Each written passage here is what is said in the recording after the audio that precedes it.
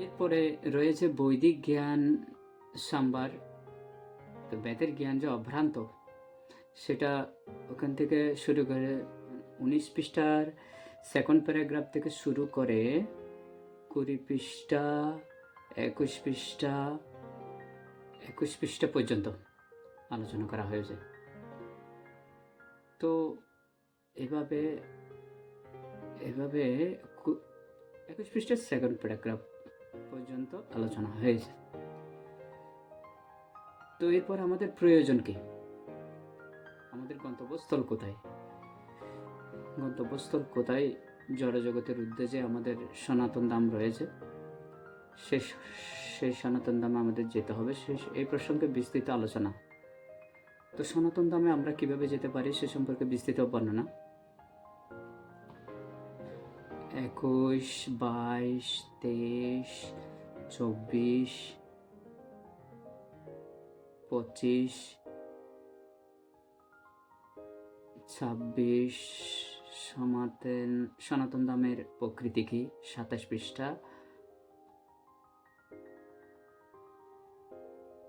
28,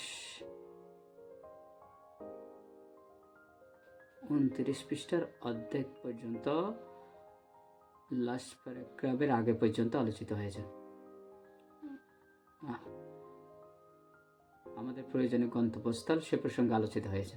তো এই জগৎ থেকে কত দূর রয়েছে এবং ওখানে আমাদের থাকার কি কি রয়েছে।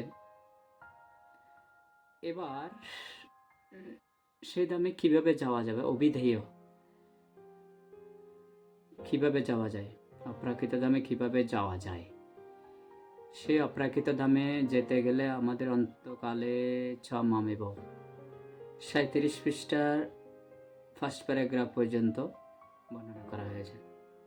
কোন ধরনের পথ অবলম্বন করলে আমি এই ধামে যেতে পারবো তা বর্ণনা রয়েছে।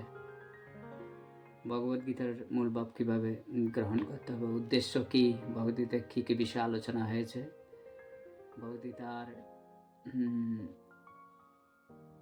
বৈদিক জ্ঞান সম্ভার আলোচিত হয়েছে।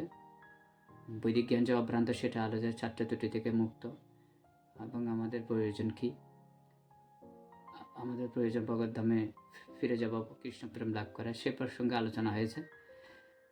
ভগবদ্ধামে কীভাবে আমরা ফিরে যেতে পারি এটাকে অবিধেয় বলা হচ্ছে।